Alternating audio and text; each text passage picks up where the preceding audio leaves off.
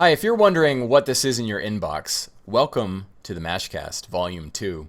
It has been since November 2016 that we last recorded a video, and I have a still of that right here. Let's take a look at us all in November 2016. Now, as you can see, we're all very excited. Wow. This was our Game of the Year discussion, I think. And Charlie, I believe you were... You both may have been upset that we didn't wait until the year had already passed before doing this. Oh, definitely. No question. I was not upset at the time, but after the Man. fact, I was upset because Dragon Ball Fusions ended up being my game of the year, not Xenoverse 2. Please take that off. I don't want to look at my fat gut. And then the last... So before, we did that one, and then I think we did another in-person one. And the last one that we did before that, where we were all remote, was November 2015. So this brought up right here. This was the old format that we used. And we only used this video format for about, I'm going to say like 8 episodes. Before that, we were still using Google Hangouts for every single episode that we did. That's interesting. Yeah. What happened to those happy people? A lot has happened. Our last episode was before the Switch came out. Our last episode was with a different president. Yeah, that's true. Was it? No, I don't think Iwata was still alive. Was he?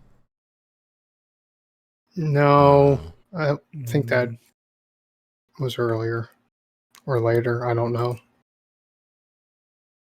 But a big reason why we stopped doing the show was at my aggravation with editing every episode of the show. So I think I've got a new way where I don't have to edit as much. I mean, hopefully. But this is going to be a much more chill format. I was watching some of the old ones. They were super cringe. I don't know how anyone would have watched them. Some of those even got to triple-digit views. Surprised they got to double-digit. So this is Volume 2. You can't find Volume 1. I took it off because it was so cringe. I didn't want to look at it anymore, and I surely didn't want anyone else to look at it. But there is one segment I would like to bring back, and that, of course, is Max Level Snacks. That's right. In the time since we've been gone, Dr. Pepper Berries and Cream used to be my favorite soda, but I think that has now been usurped by Coca-Cola. And again, this is not an ad. It's good stuff. Dr. Pepper, or Coca-Cola Zero Orange Vanilla. That's some good stuff. Definitely going to lose your ad money now. What do you mean? Called it Dr. Pepper instead of Coke. Okay, yeah. You got to redo this whole take. No, that's fine. I don't care. Start 3.0. Just cut this whole one out. I think we got to wait another 3 years. Okay, all right. Another 3.5 years. Do you think we'll still be in lockdown? In 3 years? I hope not. Nah. Seems more likely every day. Anyways, Anyways, I was just out and about today, and it was very much not a lockdown at all. Are So people I wearing don't see that masks? happening. You see people wearing masks when you go out? It's about 50-50, maybe. Yeah. Yeah, I feel like I'm starting to get looks from people who aren't wearing masks. Like they're upset that I'm wearing one, but then I'm like, why aren't you wearing one? I don't pay enough attention to other people. That's the way to do you. it. That's the way to do it. Shouldn't. Who cares? So when I wanted to bring this back, I don't forget, we don't have to just talk. Oh, it's not Max Level Snacks anymore. We don't have to talk about just video games anymore, right? Because there's not that much stuff coming out. I canceled my Last of Us 2 pre-order, Charlie. Oh, wow. Why would you do that? Well, it has nothing to do with all the leaks, because what little I know about the leaks is actually kind of exciting, I think. I don't know why people are so upset about it. because But it sounds except bad. no.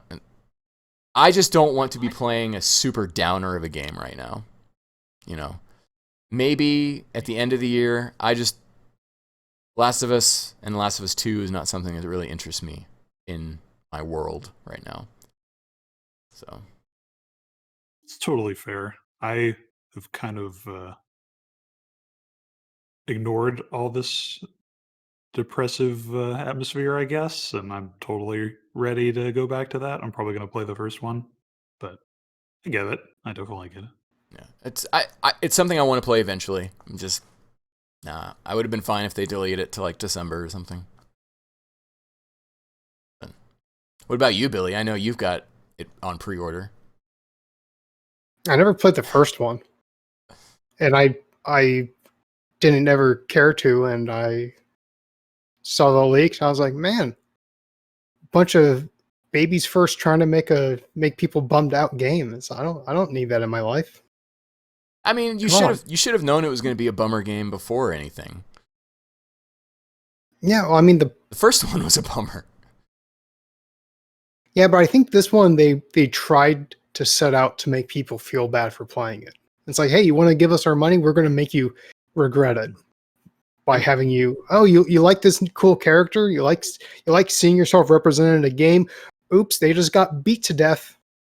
The thing that was initially kind of making me like, I don't know if I want to play it, is when they started talking about the dogs and like how all the dogs have names, and like if you kill a dog, the person will like cry out for it, and I'm like, I don't want that right now. I'm perfectly okay with not playing it. Someday, and I'm gonna play it on the babyest baby mode there is, so I can get through it without having to kill a dog. Yep. So what have you guys? Well, what have you been playing, Charlie? In the Yeah. past 3.5 years. Oh, you want to go that far back? Man, I don't think we have long enough of a podcast for that.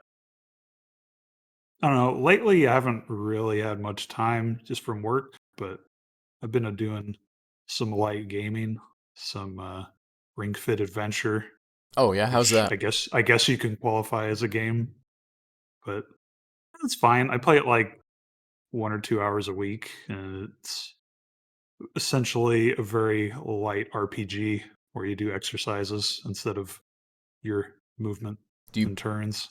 when you play? How long are your sessions? I mean, it has an in-game timer for how much you're actually moving, just based on the Switch's motion sensor and accelerometer, and that usually ends up around 30 minutes. But actual real time's like an hour because there's a lot of menuing and it doesn't count the transitions between you going from a battle or a menu to some other part. Gotcha. But yeah, like an hour, a decent workout, and it actually is a decent workout. It's not like Wii Sports or Wii Fit or their past stuff. It actually makes you sweat. I'm not going to get swole from it.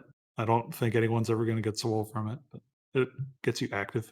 I need to get active because I have not been. Not since November of last year. Yeah. Well, you have a good reason for that. Yeah, but I mean, I need to be active. I mean, since I've been working from home, I've become more sedentary than I ever have. No. Bad. Well, if you can find it, it's pretty good deal, I think.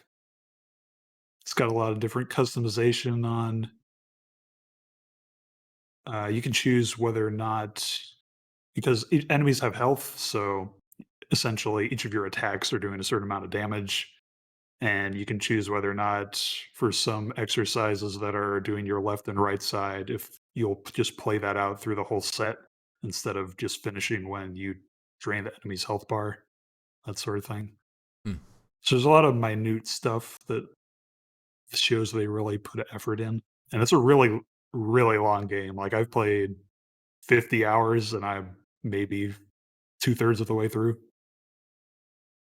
Is it just, or what makes it so long? Like, what's It's the? just there's just a lot of content. Like you have probably 20 worlds with 10 or more levels in each of them. What And makes each of those can be like 2 to 10 minutes. what makes each world different? Like, how does the game See, shake it up? it's not. That's why I barely call it a game, because it's got a story, but it's not really. You're just doing it for the exercising. Like basically, you're what? There's this ancient demon named Dragux. I think I'm saying that right. Who knows? I wouldn't know. That got set. Yeah, well, viewers at home can please comment in and tell me how wrong I am. But basically, you set free an ancient dragon, and you meet your ring partner friend, because its exercise is just a giant resistance band, basically. And you're trying to save him from his Chad self, because he's basically a gym rat who's lost his faith in your ring friend's friendship, because I don't know exactly what happened in their past, but basically it's an anime, is what I'm trying to say. Okay. You're trying to win back Chad Dragon with the power of friendship and exercise, teach him the error of his ways. And you do that for however many levels, and he's slowly just moving around to different territory. This is not really a story, Mhm. but it's neat. It's charming. It's got good music. It's got little enemies that look like bulldogs or frogs or other weird, very cartoony animations that make you almost care about killing them with your exercise. I don't know. Do they? It's a weird game. I've never seen anything like it, really. You know if they sell the band by itself? It's just a Pilates band, Kenny. Well, you have Yeah, to I put the mean, Joy-Con and stuff in it. it's got a rail to insert your Switch controller in, but I think there's also a little microprocessor in the top of the band, maybe. So Well, I'm wondering because if I were maybe if to, you taped your controller to a Pilates ring, you might, but I don't think you can get the game separately. I think it's just as a package. yeah, I would want to get it digital so that I'm not having to put that game into my Switch every day. Yeah, I got it physical, obviously, and Yeah. it's definitely been annoying having to take that in and out all the time. What about you, Billy? What have you been playing? Pick a game, any game, past 3.5 years. I've been playing a Gundam strategy RPG. Mm-hmm. I'm surprised that you're not playing Payday anymore. All the content for Payday 2's come out pretty much, except when Overkill or Starbreeze Studios lost a bunch of money on failed VR investments and bad Walking Dead games, and they had to release more Payday 2 content and start charging for it because they needed the money. Did that Walking Dead game ever? It came out? Oh yeah, it's trash. Oh, okay. It's no good. Not even on my radar. I had no idea. Like that game's not good. They published a World War II Payday 2 style game called Raid or The Raid. That game wasn't that good. It wasn't really bad. It's just it wasn't anything special. Payday 2 was better. And it was weird them publishing a game that is a direct competitor to their cash cow baby game, Payday 2. So,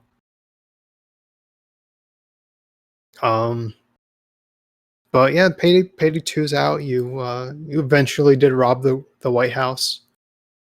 When you It's pretty- when you say you legit. eventually, was that something that was being set up in the story?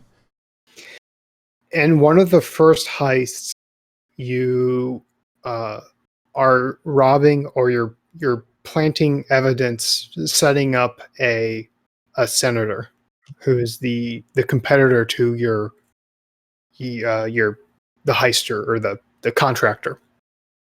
And one of the lines is 1600 Pennsylvania Avenue. Maybe we'll go there for our next score. and then like 6 years later, or however long it was, you robbed the White House to steal a bunch of pardons that Abraham Lincoln signed but never put a name on. And somehow that's supposed to be legitimate still. And so you go in and you basically get pardons for the entire Payday gang. As if that would work. Now, have you looked up to see if that's legally viable or not? I mean, it would only work for federal crimes, like state prosecution. The federal government doesn't have any jurisdiction over that. I mean, the president could pardon someone or commute their sentence for anything, as long as it's a federal crime. Well, I mean, a president doing it posthumously. I mean, that wouldn't work because, like, I think it has to be like recent or a living. You can't just have blank pardons. I'm pretty sure. I did look it up. I don't remember the exact reasoning, but let's say everyone's just like, that's silly. Let's say a president pardons someone, and somehow, like, let's say he's about to pardon. He just wrote the thing, and then he dies, and the thing is like in a desk drawer somewhere, right? So, would that note still be or valid or whatever? Like, I don't know. Does he sign a thing, a decree, and then? Like, I guess if he signed it before he killed over, then that would still count. He would have to be in front of a notary or something, right? How does I mean, I think the president can notarize his own note. I don't know. I don't know I don't imagine know. There'd have to be some sort of witness, but I don't know the process of the president. Like, I don't even know if a pardon is obviously not a law. It's just an executive order, I guess, essentially. Mm-hmm. And I imagine. I mean, I really don't know. I have to. But I'm pretty sure the Payday 2 scenario is not feasible. I don't think blank pardons from 150 years ago count. It's a shame. Ruins the immersion,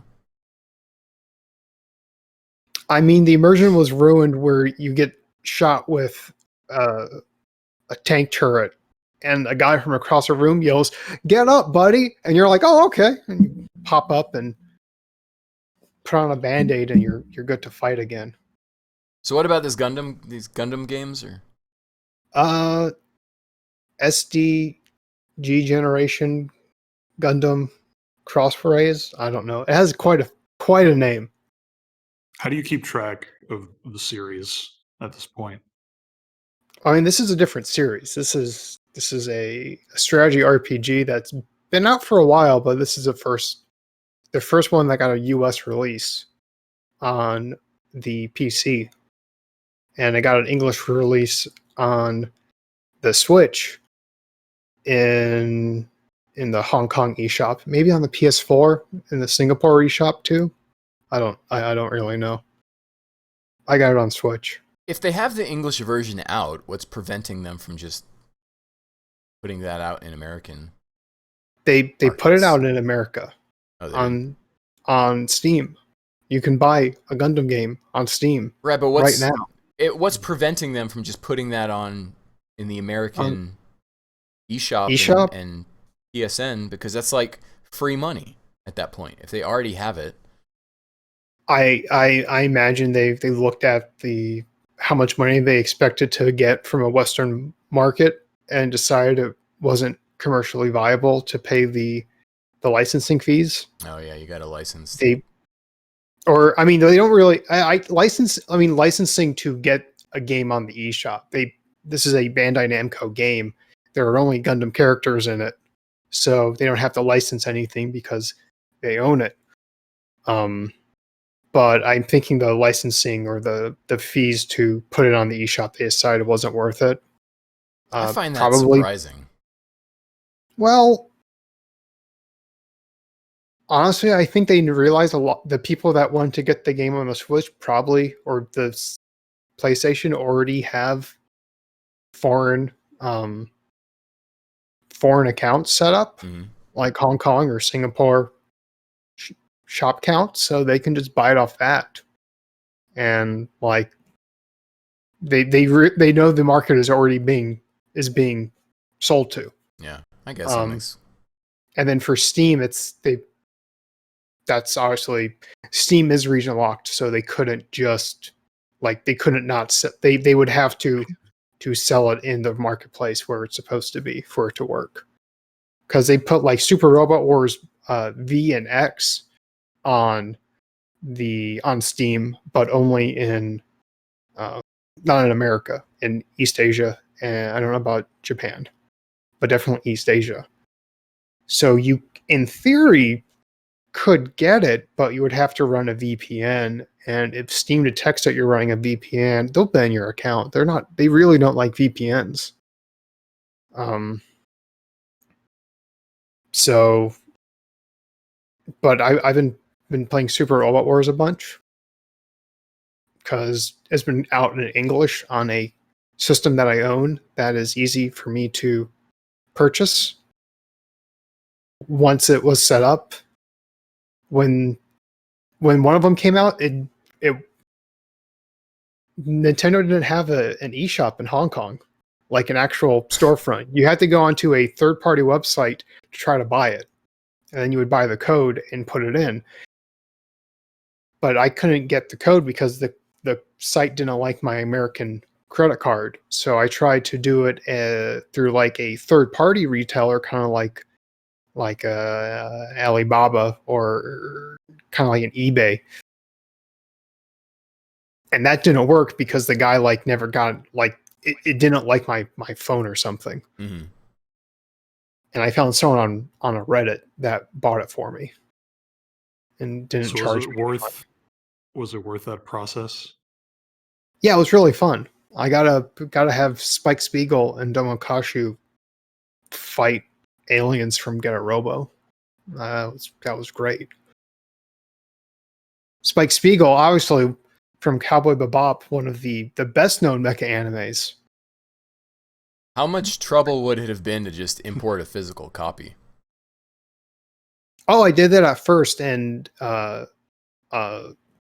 whatever the main importer was, I forgot their name off the top of my head. They were sold out for months. Oh. So see, if it were me, I would have just done that and been like, okay, I'll play it in 6 months.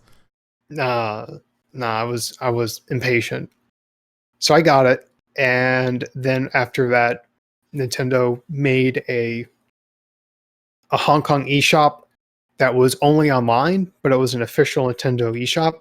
It never had a problem with that. And then I think when the third one, which was like the second one in chronological order, when another one came out, they actually had an eShop on the Switch itself.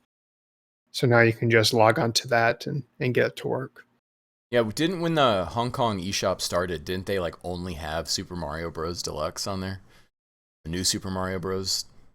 Wii U Deluxe, or whatever it's called. I don't know when it actually started, but it's been within the last year for sure that the Switch Hong Kong eShop started up and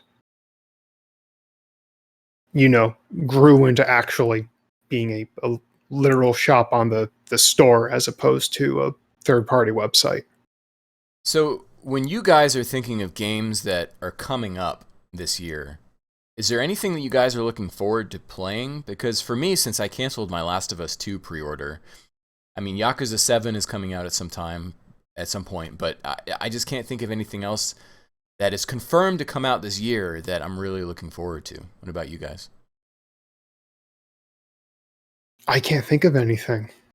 I mean, I got plenty of stuff I'm cautiously optimistic in, like Deadly Premonition 2. Okay. I mean, there's like Ghost of Tsushima, which looks. I mean, I like Batman Combat, so it should be pretty okay. Ghost of Tsushima, it's Batman. It looks really boring. Well, I mean, it's Batman.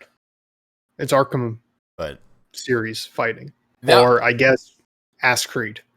That game I'm really going to be waiting on reviews for, because when I watched that PlayStation Direct or whatever they call State of Play, when I watched that, nothing grabbed me about any of that footage.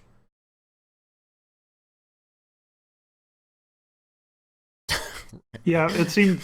I kind of agree. It's just kind of well, they put in a lot of effort, but it's all stuff I've already seen for the most part, besides the aesthetic. I mean, it And looked. even the aesthetic I've seen.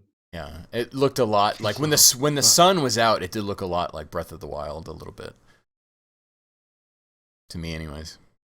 Definitely with all the wavy grass movement tech they have going. That's something that I'll be watching the reviews, and I want to make an educated purchase, but I can't. With everything I've seen about it, I can't pre-order that game. It's probably a game you wait to see if it gets a PS5 update on. And better and good review recommendations. Speaking of which, we haven't heard anything about like Sony's being very non-committal about whether or not if you buy a PS4 game, if you will get the improved PS5 version of it like you will on Xbox with their smart delivery service or whatever it's called. So that's super annoying. And I'm also like, do I want to buy any PS4 games before I get my PS5? Yeah, I mean, you just got to decide if you actually want to get it now or not. I mean, I'm sure they're going to have an event soon that's going to talk about that one way or another. But they were being really cagey about a lot of stuff, and I'm gonna get a PS5. I know I'm gonna get one, but I'm not like excited to buy one right now. Yeah, I mean they haven't said anything to be excited about. So, but even EA's come out and said, I think during that Microsoft event recently, that they were going to let you update from old gen to new gen. They said that free. Specifically about PlayStation? No, well, I think just their games in particular. Okay, because I know there's the Cyberpunk thing where CD Projekt Red came out and said that about Cyberpunk, but only on Xbox consoles. They didn't mention PlayStation. Yeah, I mean, they probably can't say it yet, one way or the other. But I mean, that's another game I'm interested in, definitely, because I was watching some old Mass Effect footage recently, and I really want a sci-fi game. I really can dive into. I just want to play Mass Effect again. Just remaster Mass Effect. Well, I mean, there's rumors that they are. Because I never played 3, so... Did you ever play 3, Billy? Yeah. Oh, okay. Yeah. It was bad. Don't play it. It was not bad. The ending was bad, but the rest of it was... The game was... It was kind of like a... It was like... It tried to be more like a nice mix of 1 and 2, and it was just mediocre. Like it has... It was, the kind of the gunplay of 2, a little more of the RPG elements of 1, but it felt watered down. Like the shoot bangs were just more of the same, less inspired. I don't know. I played a few dozen hours of the multiplayer online. I heard the multiplayer was legit. Yeah, I'm not talking about like the single player, because I obtained the game through methods. Gotcha. Well, I'd say it's worth playing for a discount. I mean, if you're invested in the story, I guess, if you're kind of know what you're getting yourself into, which I mean, I knew what I was getting myself into when I played it. I don't regret playing it. I think it has one of the best moments in the series. No I don't know what you're talking about off the top of my head. I'll message you later. But okay. Yeah. Put it in our secret spoiler chat, and just Kenny can't come in. Okay. I can look at it and make, oh yeah, that was cool. We really got to start clearing that channel out. Yeah, I mean, I've gone in there wanting to spoil some other random thing and getting spoiled about something I completely. I put in a really weird picture because I didn't want it to crap up the main board. I think I think we'll Yeah. just start deleting that channel every so often. That's what the topic title states, that it's going to be cleared on a regular basis. I thought you put in to automatically delete it after like 3 to 6 weeks. No, so I couldn't get I don't think I ever figured out how to do that with the bot. Okay. So No, I saw. we'll just make a channel and call it whatever spoilers so that we know what it is. I mean, we do have that for Death Stranding. Yeah. I stopped playing, and I'll probably pick it up on the PC box if it ever comes out. I've been getting the itch to start playing again because I never finished building the roads. I think I'll just wait and get it on the PC. I've been playing a little bit of Judgment. Yeah, I see you guys popping trophies. I've been playing a lot of Monster Hunter. Not recently. Like the expansion came out in September, so I played that for a good few months, and then sometime in January, I really didn't feel like beating up giant lizards to death anymore.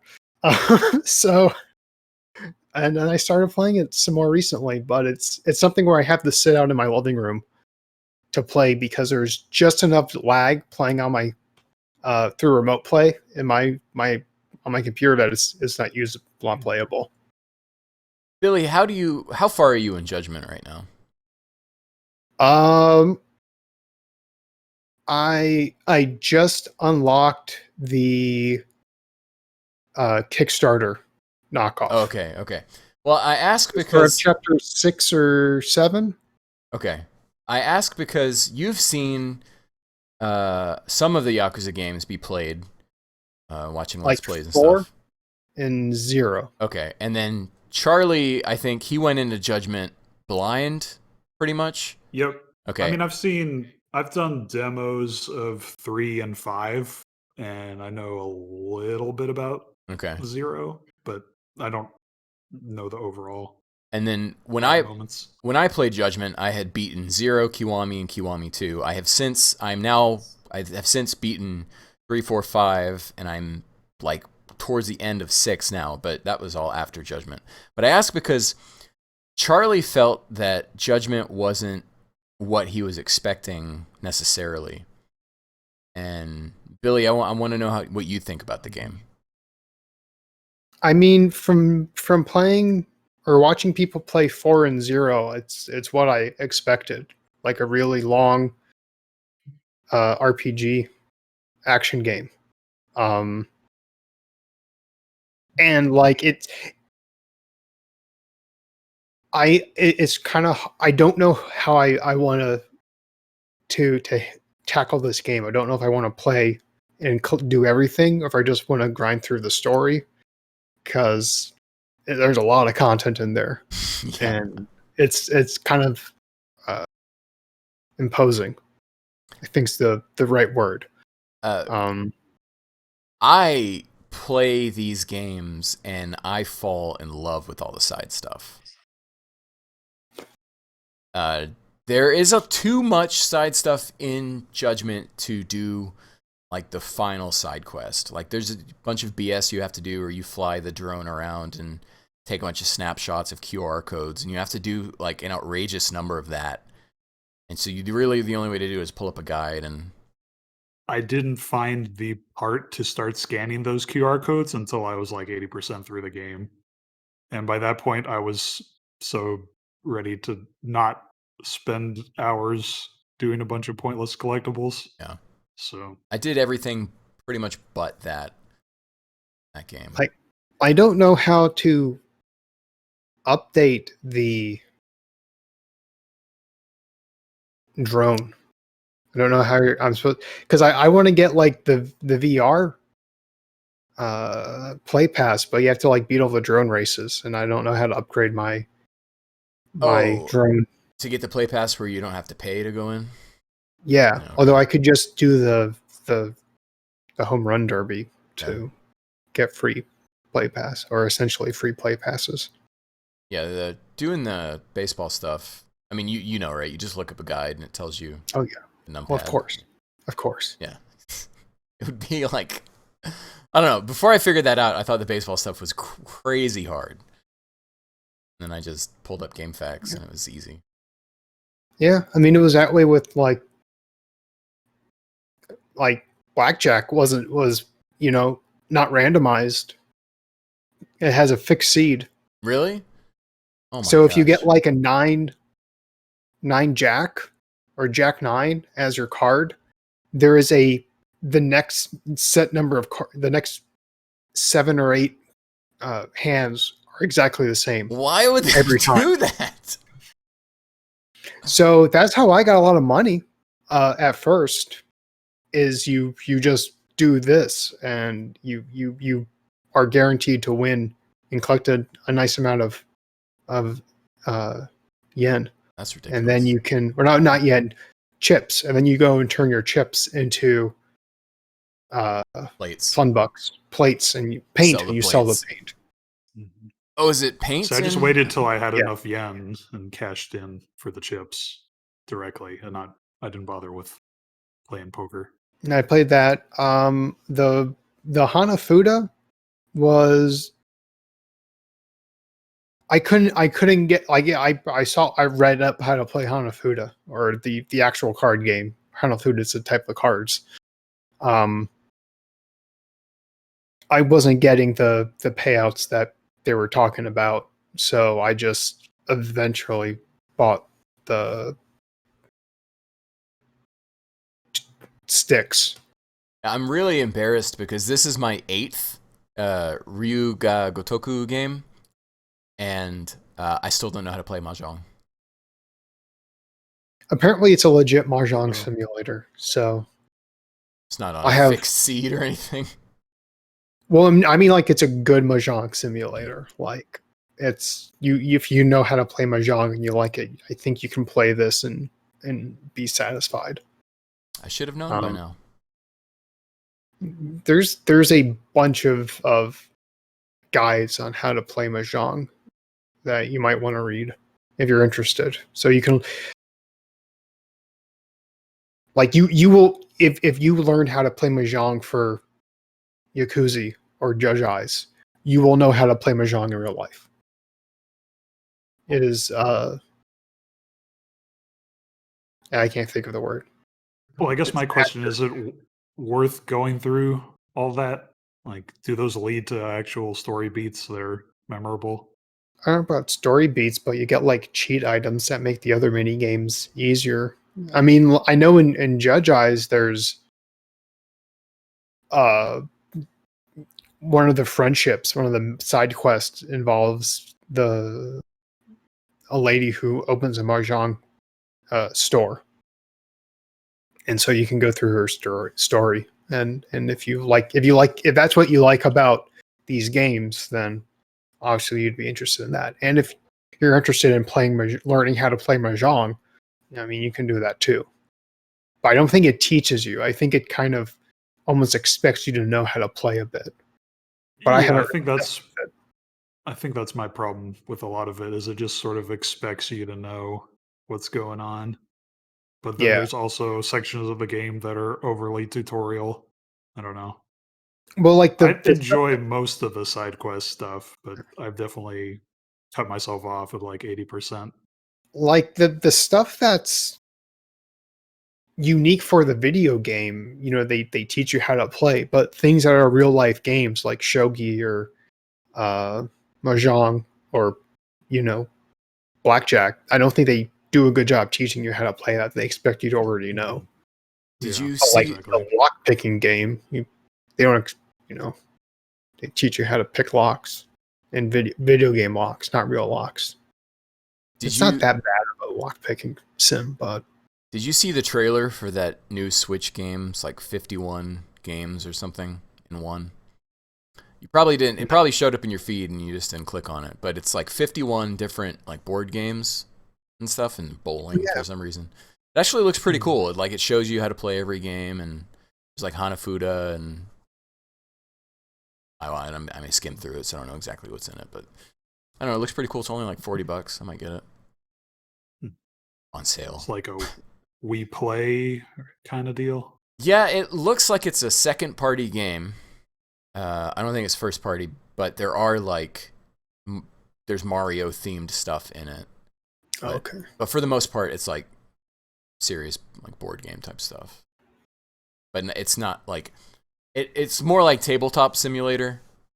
So it's not like bright and cartoony or anything. It's just there's your shogi board and you play shogi. But Mario instead of a general. Well, I don't know. There's in the trailer there is some Mario stuff, but I don't know if everything has like a hey, play with Mario pieces or whatever. I don't know how important that is. Yeah, one of the series I really dived into over the past 3.5 years was the Yakuza games, which I played because they accidentally put up all of Yakuza 6 up for free on PlayStation Network, and I downloaded that and started playing it. Just like because I heard about the series before, and I was like, oh, I want to see what it's all about, and I ended up falling in love with it, and then they deactivated the license for my game. And so I was like, well, fine, I'll just go buy Yakuza 0. And then did you talk to Sony about that what do you when mean? they deactivated the game? They probably would have given you like $5 or something. That doesn't sound like Sony support. I mean, I don't know. Maybe. No, I didn't care. But yeah, and then I fell in love with the series, and it's I've got all the ones that I own back here. Charlie just got me Yakuza Dead Souls, so I'm finally gonna get into a Souls game. Yakuza, the real Yakuza starts here. Yeah, but it's funny because I looked up about that game, and it is the story is still dead serious, like a crime drama, except there's zombies everywhere, and instead of like combat in the streets, it's all gunplay. But like all the mini games and silly side quests that would still normally be in a Yakuza game are still all in there. So I can't wait to play it just for like the dissonance of Majima fighting zombies, and then like you're still dealing with like Yakuza crime politics. And so that one I'm especially looking forward to. I can't wait. Hey, I mean, I think my favorite part of Judgment was their port of the House of the Dead game. So Oh yeah, I'm sure they can do zombie gameplay well. yeah. But yeah, I can't wait to play. But I've been stalling on Yakuza 6 because I don't want it to end.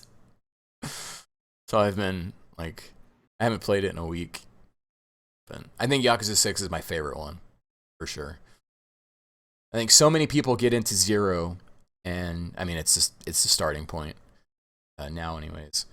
Like, because obviously the starting point used to be Yakuza, but then because of how Yakuza 0 and Kiwami 2 function, the new starting point is Yakuza 0, not Kiwami.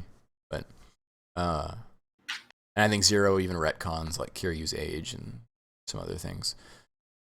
But 0 is such a high point, so people play it and they're like, "Oh yeah, I love Majima and Kiryu in this game, and that's great, and that's great." I feel like a lot of people are stopping there and not seeing how the story goes on. And I think Kiwami 2 is my previous favorite, but then I think 6 is really just taking the cake. But you have to play the 6 games that come before Yakuza 6. But it's like the game is nothing but payoff. It's just payoff on all these story beats that had come before from the past games, and payoff on the relationship between Kiryu and Haruka, who you don't meet in 0. She's in Kiwami. But it's awesome. 5 was awesome too, man. 5 is the one where you play 5 different characters, and one of those characters is Haruka, and her whole thing is just rhythm-based dance-offs. Awesome game. See, I guess that's more the stuff I was looking for when I got into Judgment. And the game's fine. It's a good game. I just was expecting more of the zaniness I've heard from the other Yakuza games. Then I think you'll like Yakuza 0 when you play that, if you play that. And then I think with each game, the story just constantly builds on itself. right? And yeah, each game is a self-contained story, but they'll bring up like the 10 billion yen incident in Yakuza 5, or I think it was 4. They reference it in 4, but that event was something that happened in 1. So it's like the story keeps building on itself, but each game is a self-contained thing. But it's I when I was playing it, I loved it, and I'd still consider like Metal Gear Solid to be my favorite franchise of all time. But I think like Yakuza's pushed that aside. Wow. And I love it for a lot of the same reasons as I love Metal Gear Solid 2. The way its balance is serious with goofy.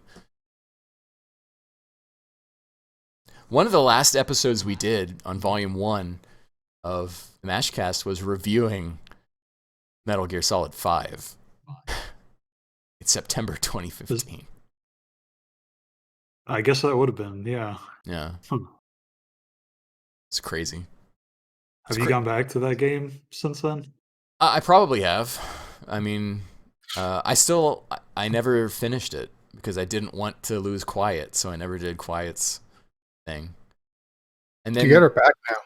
Well, they patched it, but then you have to do like the Quiet mission on hard 15 times or something crazy like that to get her back.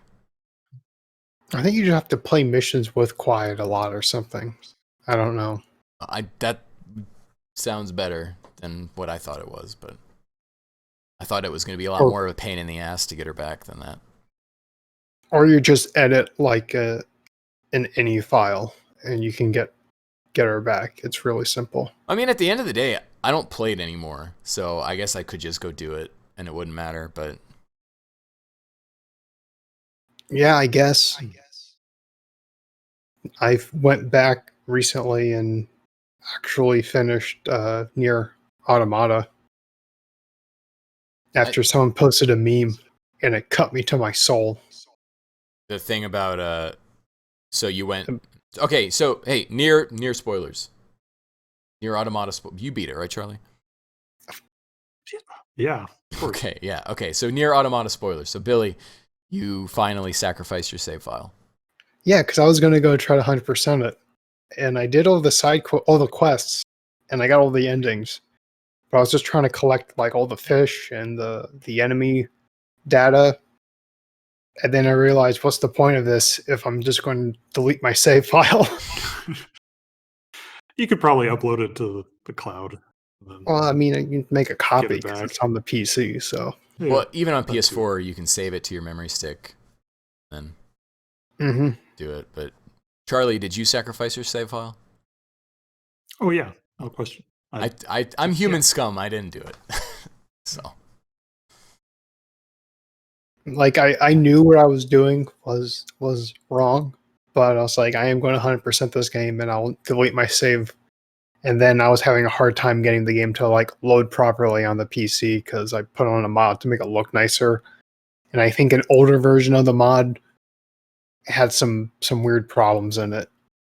And I ended up getting a better I got like a new version which came out like a year or two earlier, but that was still later than the one I had on my computer, and it ran fine. And do you want your PS4 copy back? Because I'm thinking about buying the Game of the Year version. oh sure. Okay. Because that comes with the DLC, so figure. Oh, that's right. I did buy it twice. Yeah, because you let me borrow it, and then I think while I had it, you bought it on PC, and then I beat the game. I bought it on PS4, and then it was just like PC version coming out, and I was just like, well, I'll just get it on I'll just get it on the PC instead, and never played on the PS4. That's one, Near Automata or Automata is one of those games where I was shocked at how much I loved it. I could see that. It's a really fun game. It's not something I kind of want to go back and play though. Whenever someone is like, here's a From Software game, or here's a Platinum title, to me it's always like these games are going to be overwhelmingly difficult, and so I was really apprehensive to start Near. Even though, like, I remember one time with Metal Gear Rising, Billy, at your place, I sat down and I was just gonna start the game on hard, and I ended up beating the game in one sitting. So it's not like I can't play these games on hard, but I was, I didn't. The game ended up being not hard, but Yeah. and then it was just ended up a game I sink my teeth into. It's not very difficult by platinum standards, I think, and you can grind out a pretty good chunk of the game. But yeah, it's very good. It's very good. Ellie Yeah, is but- barking in around. her sleep right now. I don't know if you guys can hear that. I could not. Okay. No. But man, I'm so hyped for that Nier 1 remake. See, in my opinion, that's the better game, besides the gameplay part of it. Just in the story and like the emotional beats and stuff. Yeah, and I mean, what it was trying to go for in terms of the like Nier Automata has a little bit of variety in terms of the genres that it's bending together, but the first Nier did like every section of the world was a different style of gameplay. You had like a whole area that was just a text adventure. You had your Zelda dungeon area. You had your Resident Evil area. You had a top-down shooter area. And supposedly for the remake, they're getting Platinum back to help Good. on that. So Yeah, or at least If- people from Platinum too. yeah, some ex-members of Platinum, or I don't know exactly, but When is I that? enjoyed the story of that one more. So Do you think there's a chance that comes out this calendar year?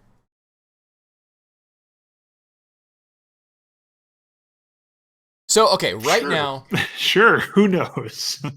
right now, 50-50. May 24th, 2020, what is your game of the year so far? Zone of the Enders 2. Okay. Zone of the Enders 2 aside. Which version of Zone of the Enders? Yeah. I'm going to say the Mars, because that's the newest version, and I can play it on my computer. Did you ever play it in VR, Billy? Yeah, Is it the whole correct. game in VR? yeah. There's also a... it doesn't make you throw up, because there is enough of a cockpit around you that for some reason my brain is just like, oh, I'm sitting somewhere. I'm not moving. Also, you're sitting when you play it, and I think those two things combined made it not make you queasy. It's not like Payday where I start moving in VR and I basically get on all fours trying to stabilize myself because my lizard brain is screeching that something's wrong. I'm moving, but I'm not moving, and I just get down trying to get my balance. I never had that problem. Never had any like queasiness afterwards playing Zone of the Enders 2. Okay, but like, Right. what's your actual game there so far? What came out this year? I don't know. Yeah, I think Like- for me, Yakuza trilogy aside, I think there's only 2 games for me, right? I mean, mean, if I- you count re-releases, there's been a bunch for me. Like I didn't like Doom Eternal. Did you not? What did you like so- about Doom Eternal? What the Marauder ruined the game for me so much. I never got used to it. Call me a big babby bitch. I don't care. I didn't like that fight. Well, what's I the? don't like- What's the context? I don't understand. I didn't play it. It's an enemy that totally breaks the design statement of the game of you're constantly fighting and moving forward and going through this gameplay loop. It's like, here's an enemy that's invincible and except for short time periods that requires all of your attention, or you're getting blasted in the ass by a bunch of other enemies. And it's not fun. And even though you can deal with them quickly, I never had fun dealing with them. And I just stopped playing. And then they put in Denuvo anti-cheat, and I was like, I guess I picked a good time to uninstall this game. They took it back out, didn't they? They're Or going they to said take they it were back going out. to. Yeah. Yeah, they said they're going to. But no, I mean, I literally uninstalled the game, and I was just like, I got to, I think, the second to last area or second to last level, and there was you fall down a hole and you get into a fight, and then the Marauder shows up and it requires all of your attention. And I just couldn't deal with it. And I was like, I'm not having fun playing this game. So I'm going to stop playing it. I have an amount of free time. I'm going to do something I find enjoyable instead of something I'm finding completely unenjoyable and unfun. I'm trying to defend myself as if I have to defend myself for not playing a game I didn't find fun. I don't know why I'm trying so hard to defend myself because I don't care what you think. Because you want our approval, clearly. I think so. No, I mean, I understand that sentiment because I feel the same way. If a game stops being fun, I'm like, okay, done. See, it's interesting because I think that's my game of the year so far. Oh. And I had similar sentiments at the beginning where it was just too much going on in terms of what you have to prioritize. It's kind of like Kenny, almost a character action game, like a Devil May Cry. Like each enemy has a specific weakness or a gun type that you want to use against them to at least kill them faster and manage the arena of combat that you're in the moment. And the Marauder's definitely a big roadblock for that. I don't think I had as much trouble as Bill did, but it's I don't know. It's a game like no other that I've played in terms of FPS. And I don't really play that many FPS, so maybe I'm just crazy, but Oh, I think it's I am an outlier and having such a negative reaction to the game. I know a lot of I other don't people did like it. I've heard of plenty of people that don't seem to enjoy the changes it made from Doom 2016 as well. But Yeah, I like really go ahead.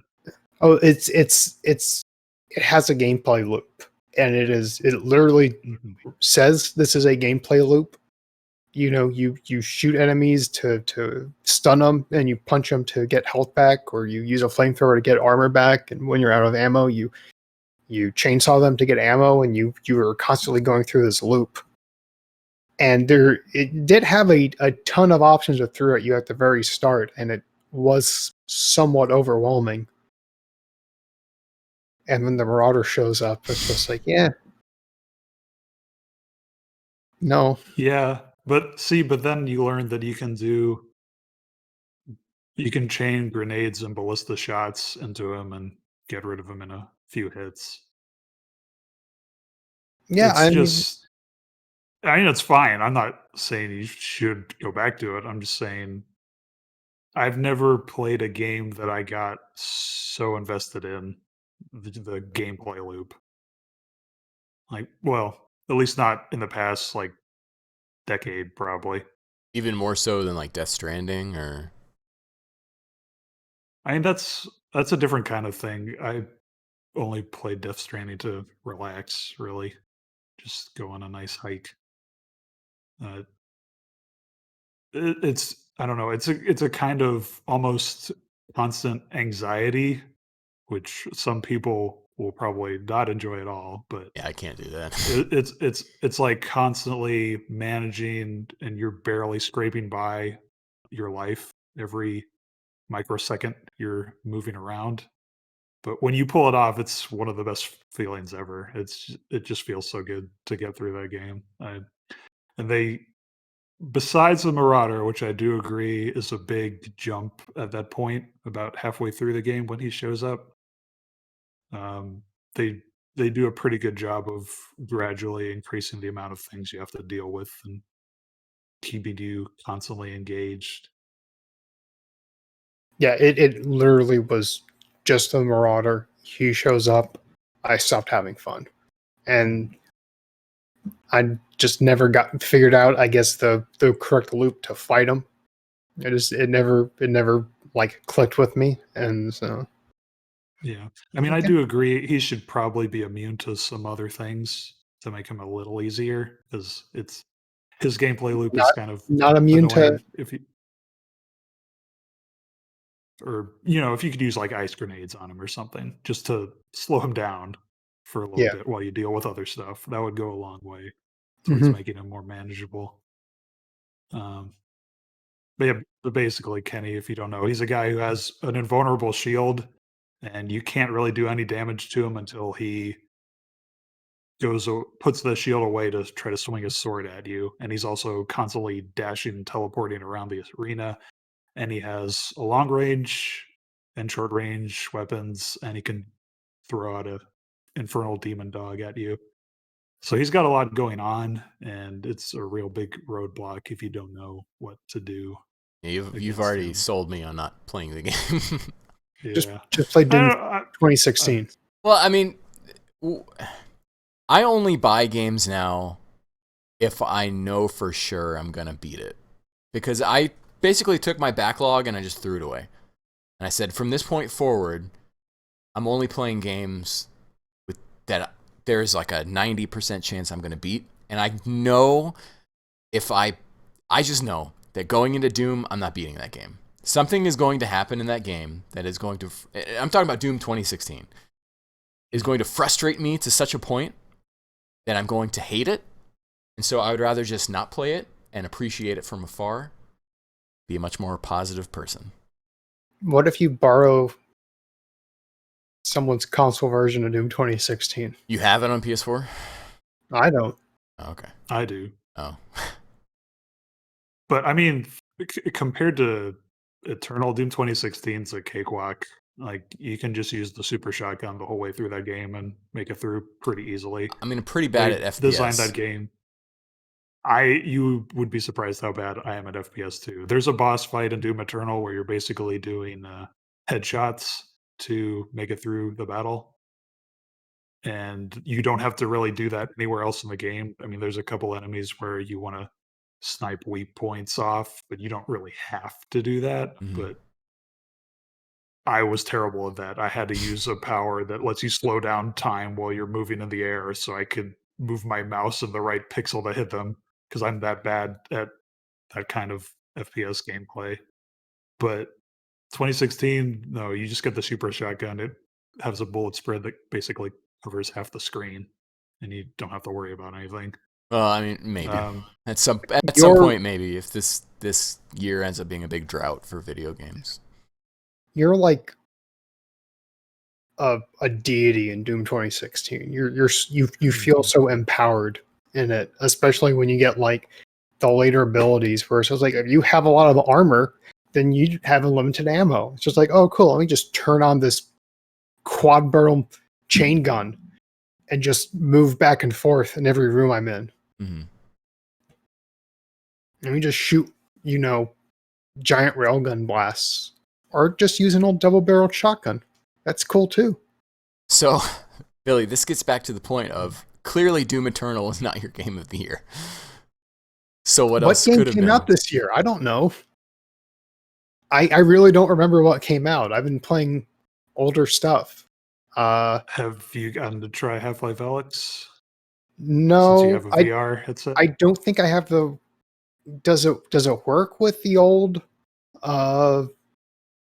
It works with Windows anything as Mixed far as I Reality? know. Yeah, I'm pretty sure it works with pretty much everything except maybe Okay. the Oculus Quest and like Yeah, mobile phone VR.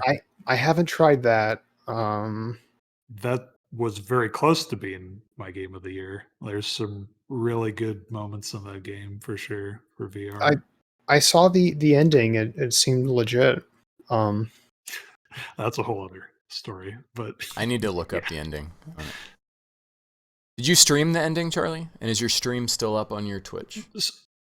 I got like 2/3 of the way through the game. The problem was they may have fixed this by now, but when it first released, there was this bug where, okay, so step back. It's a VR I know, game, I watched you play. so you can, and you have an assortment of items, but you can only really carry two. Mhm. One that you have in little dimensional pockets in your wrist.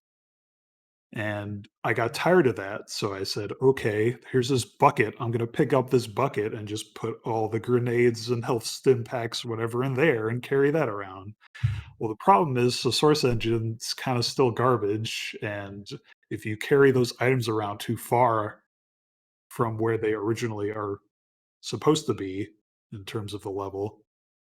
The game just starts crashing.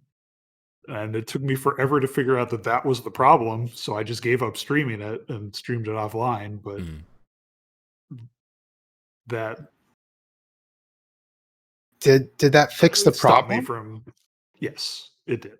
Is you just can't carry things in a bucket too far in the Well, game. I mean, did you, when you stopped streaming, did you also stop carrying stuff in a bucket? Yeah, coincidentally, Okay. I found out after the fact. Yeah. Okay, I was like, I mean, not streaming also helped because it lowered my RAM usage, but it was definitely because of the bucket, as I found. So interesting. So don't do that. But otherwise, it's a very good game. is that game I mean, Doom Eternal's your game of the year so far, but was Alex a contender? Yeah, I mean, a lot of people said that it's like the most innovative VR game ever, and that's probably because they got an index and this was one of the first games they played for it. It's very, very good, but it's not really doing that much that's innovative that I haven't seen from playing 3 years of VR already. It doesn't evolve past the It's gimmick. I mean, what do you mean by gimmick? The VR-ness Yeah, of the it? Or VR-ness of it, yeah. it's got some of the best presentation and atmosphere and character work in any VR game. Mhm. So I'd say it's an actual story. It's not entirely relying on it being VR, but VR's without VR, it would just be sort of a mediocre first person shooter. So yes and no. Yes, no. There's a lot of little things that you have to play VR to really understand what I'm talking about in terms of interactability and tension that they set up. Like there's this one part halfway through the game that's one of the best moments in gaming I've had in a while. Well, But it's horror, so Is it horror later on? Because the stuff I watched you play didn't seem scary. Once you get over the head crab flying at your face for the first time. later on there's one part, yeah. Okay. I'll have to look But it for up. most of it, it's just sort of tension, not really spooks. They do a decent amount of jump scares, unfortunately, but that tones down. I would say it's kind of unfortunate because it just gets better as it goes on. So Mhm. what I stream is probably the worst, but definitely worth it. There are only 3 games that have come out this year that I played, and one of them is the Yakuza Remastered Collection. So I'm not gonna. I don't feel right placing that. But the 2 games that I played that came out this year are Kakarot, Dragon Ball Z Kakarot, which I ended up loving, just partially because my expectations for it were in the toilet. But then Final Fantasy VII Remake, which I never played the original Final Fantasy VII. I watched Advent Children in high school or college or whenever it was, and I loved it just because It was high school. It was hype, you know. It was 3D. We hadn't really seen something like that before that was good, and I think Advent Children is at its worst a good hour and a half. It's like a fan service, you know. But I got Final Fantasy VII Remake because I was like, this game is going to be important, and there's enough that seems intriguing about what they're trying to do. And plus, I never played the original Final Fantasy VII. Okay, Charlie, how much do you care about Final Fantasy VII Remake spoilers? I've already heard Okay. most about it, so it's okay. Okay, so I'm gonna kind of get into it a little bit. I mean, the game is not a remake in the conventional sense of what you would expect something with a remake in the title to be. However, calling it Final Fantasy VII Remake is still an apt title because that is what is going on in the story. Is that Sephiroth is remaking the timeline. I love Final Fantasy VII Remake way more than Kakarot. It ended up being my game of the year. Like Death Stranding was not my game of the year last year. I think actually Judgment was. But because Death Stranding kind of and we've talked about this privately before, but kind of fell apart for me in the end, in the way that it was like, here's all the, hey, here are the end credits, and here's the story. And so that kind of put such a sour finishing note for me that I think I ended up enjoying Judgment more. But if I really think about the games that I'm thinking about still, I still think about Death Stranding a lot, and I still think about Final Fantasy VII Remake a lot. So Final Fantasy VII Remake is currently my game of the year. I don't see Yakuza 7 usurping it. It might. But Final Fantasy VII Remake's an incredible game. I know you guys haven't played it yet, but I hope you do. More than welcome to borrow my copy. I don't think I'm gonna go back and like beat it on hard, because on hard you can't use any items, and there's like some other BS to it. That sounds like a major pain in the ass, so I'm good. Do recommend at some point. I will probably check it out just from what I've heard. Like I've kind of been spoiled on the major moments, but a lot of the moment to moment stuff sounds interesting too. I mean, Be what's worth playing through. so you know how like when you watch Ava and then you watch the Ava rebuilds and then you spend like 3 hours on an Ava wiki figuring out what the actual story was. That happened after Final Fantasy VII Remake, and like going into all the speculation and how there's a ton of stuff in it that references Advent Children, and kind of being like, I mean, Final Fantasy VII Remake is like the rebuilds of Ava, and in the way that like of what we think the rebuilds of Ava might be, in that the original story happened, but then Advent Children happened, and then Sephiroth somehow is going back in time, but there's still all these echoes of what has already happened in the other experiences that are coming back into it. And so I still don't necessarily want to go back and play the original, at least not with like heavy mods on it. Because for me, that generation of N64 and PS1, I think is an era of games that on the whole didn't necessarily age well. I mean, I think Mario 64 is timeless, but even like Ocarina of Time, you try to go back and play that, and it's like 10 frames per second sometimes. And so I'm not particularly interested in playing Final Fantasy VII unless I just mod the hell out of it. But Rock Smasher says in chat, early 3D just generally didn't age well. And yeah, that's because, you know, that was an experimental era, like the NES. Like, you play a lot of NES games, and so many of them are bad because they were just throwing poop at the walls to see what would stick. And then what did stick went into the Super NES generation, and then we went through that again. I think, the way I look at it, we went through that again with the 64 and then PS1. That's probably where we are with VR right now. Yeah, you could probably say that. They're still figuring out a lot of stuff.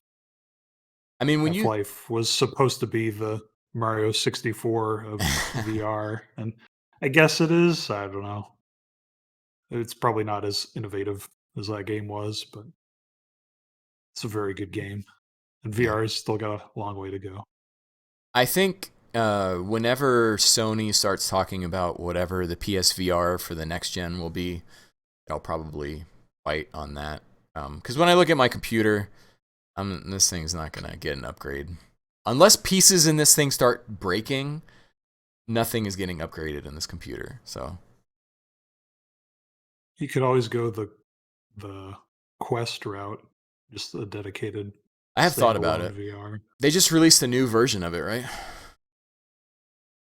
I don't know. Or I don't know. I saw Wario64 tweeting about something. I don't know if it was just that they had them back in stock or new ones are out. But if you don't want to go the PC route, that's definitely the headset to get right now. But it's always going to be better to wait for a better one in 2 years or however long. I mean, Charlie, you were worried that you didn't think I'd be able to do VR because of my surgery. But I think I'd still be fine doing VR. Headsets aren't that heavy. You think so, but it can feel pretty heavy Yeah. at times, especially if you're trying to get one that's wireless. That's adding a bunch of extra weight on. Oh yeah, one thing that happened in the past 3.5 years was Google Stadia happened. Rock Smasha says hopes the tech behind Stadia becomes good and they apply it to VR. I mean, I don't know if the issue with Stadia is the tech. I think it's just the infrastructure. Well, I think it's more their marketing and not having any games on it and not being a subscription service. Well, but I mean, as far as like it working for VR, I feel like we're a decade away from those two I know. things. I can tell you right now that will never happen. The speed of There's light like, yeah, there's is too physical slow limitations. for Stadia to work. Yeah. You'd have to make like a really beefy buffer that just had like a ton of RAM that you'd load in like several minutes of gameplay that would sync properly with your headset before it gets streamed into your house. But even then, I don't know, that just doesn't sound like that would really work out Yeah. well at all. I know when they announced Mortal Kombat 11, they said, everyone was like, oh, fighting games on Stadia with that lag. And so I can just imagine having a headset on and you turn your head and then it's like click, click, and then it turns like, oh, I'd throw up everywhere. Charlie, Luckily, never had to deal with throwing up in VR, and I hope I never will. Charlie, do you know anything about Valve's computer brain interfacing from the chat here? I mean, I've heard stuff about they're working on neural interface, but I don't know if that's really gone anywhere. That doesn't sound terrifying at all. Yeah. Probably just That's a whole other. Hey, have you guys seen the movie Ex Machina? That's how they bring hat bad. Yeah. Oh, sorry.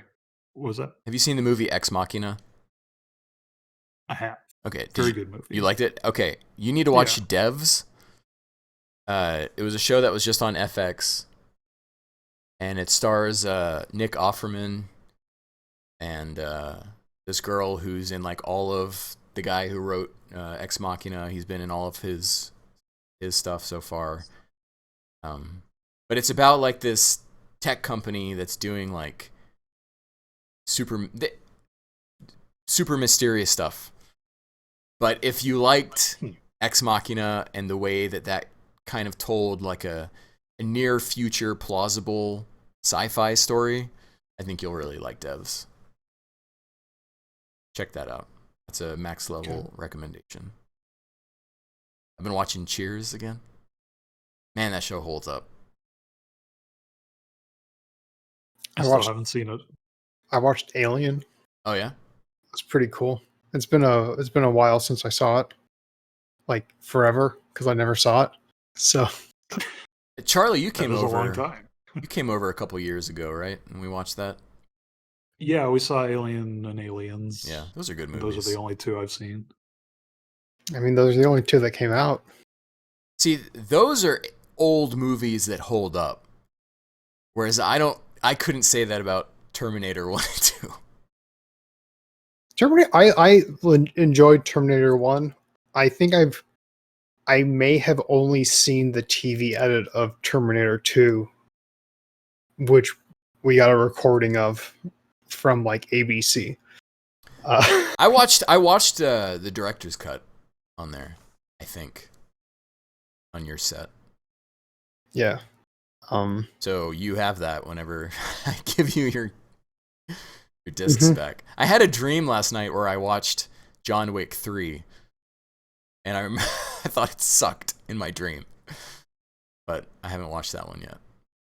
Have you seen 1 or 2? Yeah, I thought they were good. Okay. I think 3 is more of the same from 2. It's not. The series kind of goes downhill. I think I liked 2 more than 1. I mean, I can see why, but I think 1 is well. better movie. In 2, they have all that cinematography when they're in like the museum or whatever, and there's like they're in that mirror room or whatever, and there were just so many cool shots in that part that kind of was like, oh man. And then like the way it just at the end, he does something unexpected, and then hopefully that sets up for a cool way in John Wick 3. I don't know yet. I mean, that sounds like John Wick 3 as well. I'm pretty sure there was a mirror room in that Dude. movie as well. I'm hyped then, man. But I don't There's a know. mirror or like a bunch of glass, something like that. There were Yeah, some it's like a big shots. glass area. I kind of mix all the John Wick movies together into one big Like event. two and three are easy to mix together. I think one is a little more Yeah. standalone. It was more. There's this kid on my street. Who's that? There's this kid on my street who just bought like a little dinky motorbike thing, and it's so annoying when he starts that up. Ellie, come here. Anyways, who cares? You know? Ellie does. Yeah, she does. Obviously. Care. Yeah. You guys been watching anything? Billy, you just watched I just Alien. finished. Yeah. Charlie, what were you saying? I just finished up Community Oh yeah. rewatch. Very good. I think people are a bit too harsh on season 4. I think it still had pretty good moments, but it's definitely the weakest out of all of them. I started my rewatch, and I was in season 1. Obviously, you should start at the beginning. Dragon Ball. But I started, and it just took. It takes Community longer to get going than I thought it did, and so I puttered out pretty quickly, and I stopped watching it. But I know, like, once you get to every episode being like incredibly meta, then it's fantastic. But it took me a little bit too long to get to that point, and I stopped watching it. Yeah, the first half of the first season's a bit slow for sure. Yeah, I've been Community is like one of these shows with like reverse Flanderization, where the characters all start out as stereotypes and then they evolve and become different characters. But I just couldn't get past that beginning where they're still all the stereotypes. Or not stereotypes, but tropes. Like certain tropes. Yeah, I mean, I still think it's one of the best series I've seen in terms of comedy, at least. I did watch Star Trek Discovery and Picard, and I loved those. But I started watching the new Twilight Zone on CBS All Access. And Billy, have you ever watched Twilight Zone? I've seen some of the older series. I don't think I had ever seen Twilight Zone before I watched the remake. And I was complaining to Charlie a little bit about what I didn't like about it. And Charlie's like, well, that just sounds like the original Twilight Zone to me. And so I don't think Twilight Zone is for me. Maybe. I don't know. Well, if I said that. Did I say that? Yeah. I don't remember saying that at all. Like, it's just overly cheesy, and I found the situations that some of the characters were getting into to just be forced. And then, like, yeah, the stuff where the narrator comes out and is like, and then he found himself in the Twilight Zone. And I'm like, okay, all right. That's fine. But it wasn't for me. Maybe I'm thinking of... They tried to remake it in, like, the 90s, I think. I don't know. I've seen most of the original series, and it's really good. If not cliche. Aren't they pretty much all standalone episodes? Yeah, well, so... There's a couple that are two-parters, I think, but it's mostly standalone stuff. Yeah. They're doing this thing in the new one where... You know how... did you guys watch Black Mirror yet, Charlie? You watched Black Mirror, right? I've seen bits and pieces. Okay. I watched like 4 or 5 episodes. Okay. Well, some of those episodes have like little Easter eggs from other episodes in them. And they're doing that with the Twilight Zone too. Even in the second episode, there's a thing on like one of the there's like a newsstand, and you see a guy on the front of the magazine that was from the first episode. So Rock Smasha says Daredevil is probably the best superhero TV show. Did you guys watch Daredevil on Netflix? I mean, I saw the movie. Oh, okay. Yeah, I when remember. it I was remember actually when we out. saw that. I was there. Yeah, it was really weird. I actually saw it in theater. Yeah, we did. Man. Yeah. So we haven't even I- seen the good version of that movie yet. Yeah, I've heard the director's cut is legit. I just haven't. I don't know how to watch it. I just buy it on Blu-ray, but that requires to buy something on Blu-ray. Well, who had the rights to that? Fox, right? So then maybe. Probably. So at some point it should show up on Disney Plus, which I'm going to be getting soon because they're finally going to be putting the fixed Simpsons on there. So Like the original, not the edited Simpsons. yeah, it's going to be in 4:3. So Okay, because I mean, fixed could mean it could mean two different things. well, I think they were supposed to have done that by the end of this month. So I'm going to be when my CBS All Access runs out at the end of this month, I'm going to be getting Disney Plus. The big question is if they have the episode with the Twin Towers that was cut from rebroadcast. Syndication. I had never seen that, and I watched it a few years ago. It was so weird seeing a brand new old episode of The Simpsons I never knew about. But it was it on your DVD? That or was something? so weird. Yeah, I have the first 9 seasons on DVD. I would imagine it's still. Oh, so you have the whole series on DVD? Sure. And like, Yeah. yeah, Half of season 10, whatever it is. no, I mean like half of season 9. Oh, It's a real shame they canceled it. Very strange they brought it back. A You know- totally different show with the same name I and use characters. that line with people more often than I'm willing to admit, and nobody gets it. Everyone just kind of stares at me like. I use the line. I've used that line.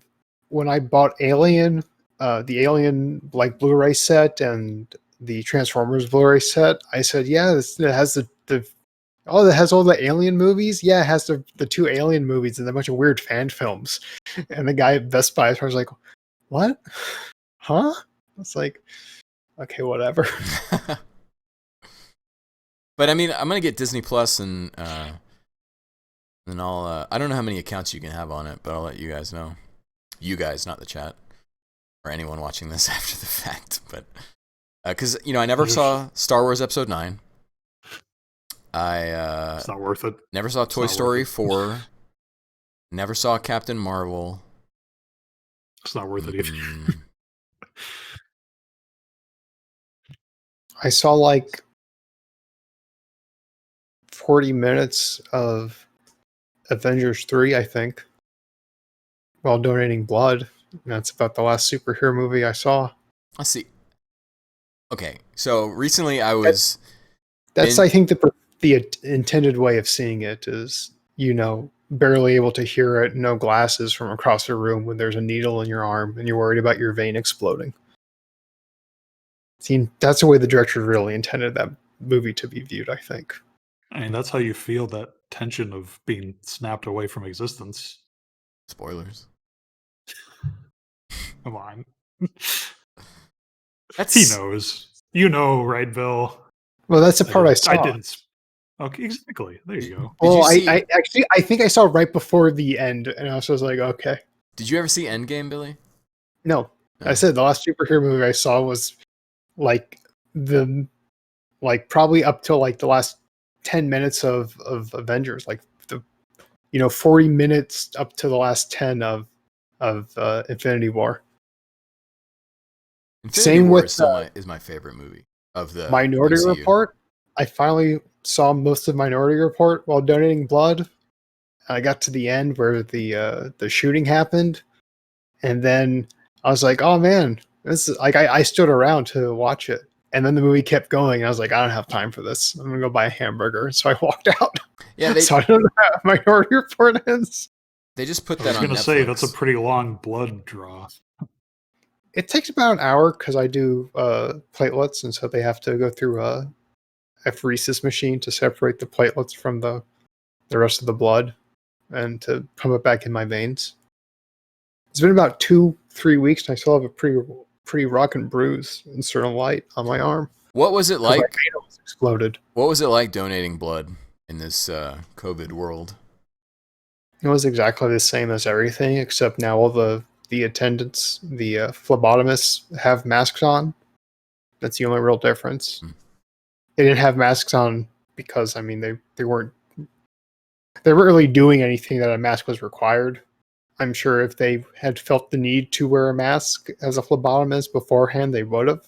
Did you wear a mask as a gesture, even though because of your beard?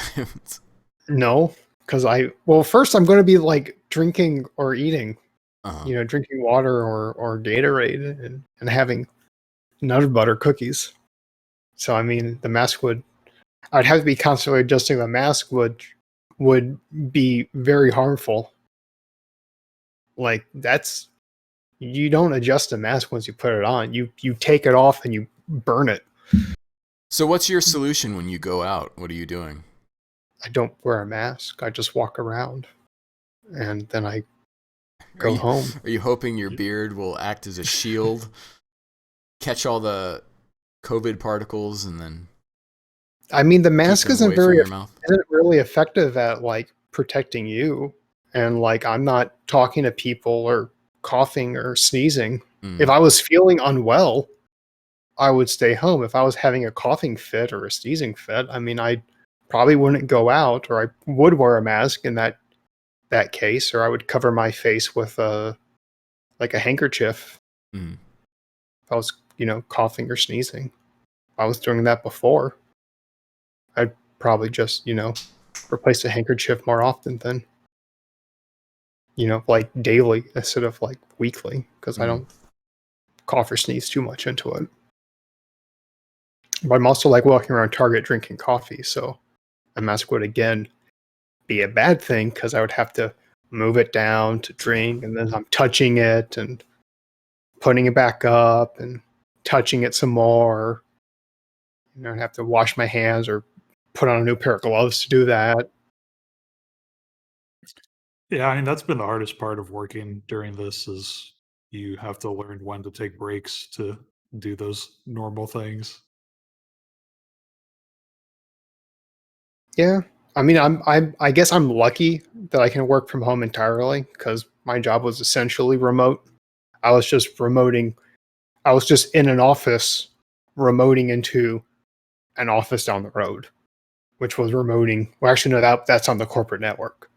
So instead of doing that, I'm just at my computer desk, remoting into the corporate network. And like setting stuff up for wherever I have my setup, What plugging I in a monitor. what I do is I remote to my work desktop, and then I use my Steam Link to send that out to the living room. Then I'm out on the couch. I mean, I Wow. could do that. I mean, I have to like do a lot of typing and there's no like video calls or anything like that. So doing it out here on my couch would probably not be really effective. Mhm. Um, However, my computer is set up is fine. I didn't bring the laptop dock home, so I can't use the laptop dock to like plug in 3 or 4 monitors. I just have the laptop screen, and then it has one HDMI out, which I plug into one of my monitors on my computer desk. And that's generally all you really need. I haven't got that luxury, unfortunately. I've had to go into work pretty much every day. Yeah, but It's weird having to do temperature scans when you're going to a site. have you been swabbed? Have they swabbed you yet? No, it's really just dependent on where you're going if they do that or not, but it's usually just you're getting a thermal scan for if you have a fever or not Mm-hmm. and making sure you wear a mask. Yeah. Well, I think that's a good place to end this podcast. Sure. I still don't know what games came out this year that I've been playing. Like I'm still stuck on that. What games have come out this year? Like I played Half-Life? some Code Vein, but didn't Code Vein come out last year? Yeah, that wasn't this year. And like Crossways Rays was last year. I think Super Robot War X came out last year on well, that's an older game. That was a re-release. Yeah. You can play Chex Quest HD like I did last weekend. That's a 2020 game. Did you guys have the original Chex Quest? Oh, hell yeah. Like legit copies of it? Yeah. Yeah, me too. I should have bought some Legit copies? No. Oh. I should have bought some Chex Mixers at the store today. No, I had like the I think it was on floppies back then, right? Mm-hmm. Yeah. Mm-hmm. I have original floppies for Doom, but not anything else in that era. Well, all right, everyone. Thanks for watching. By the next episode, hopefully I'd like to bring this back weekly, but I'm not making any promises right now. Last time we made promises, we didn't come back for 3.5 years, so Yeah. hopefully by next time, Billy will have figured out what games came out this year, and he'll get back to us with that. Mm-hmm. So, thank you for watching, everyone, and take care. Be healthy.